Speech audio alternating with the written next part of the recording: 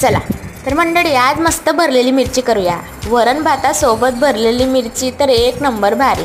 आता तुम्ही चपातीसोबत खा, खिचडीसोबत खा, ती तुमची इच्छा.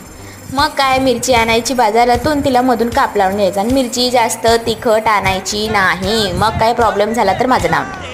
मस्त बेसन भाजून घ्यायचं, त्याच्यात शेंगदाण्याचं कूट घालायचं, हळद घालायची, जिरे घालायचं, मिरची पूड, धने जिरे पूड, मग त्यानंतर थोडंसं हिंग घालायची, लसणाच्या 3-4 कळ्या ठेसून टाकायच्या, कोथिंबीर भुरभुरायची, चवीनुसार मीठ टाकायचं, लिंबू पिळायचं आणि सगळं मिश्रण एकजीव करून घ्यायचं. आणि तेल पण टाकायचं बरं का.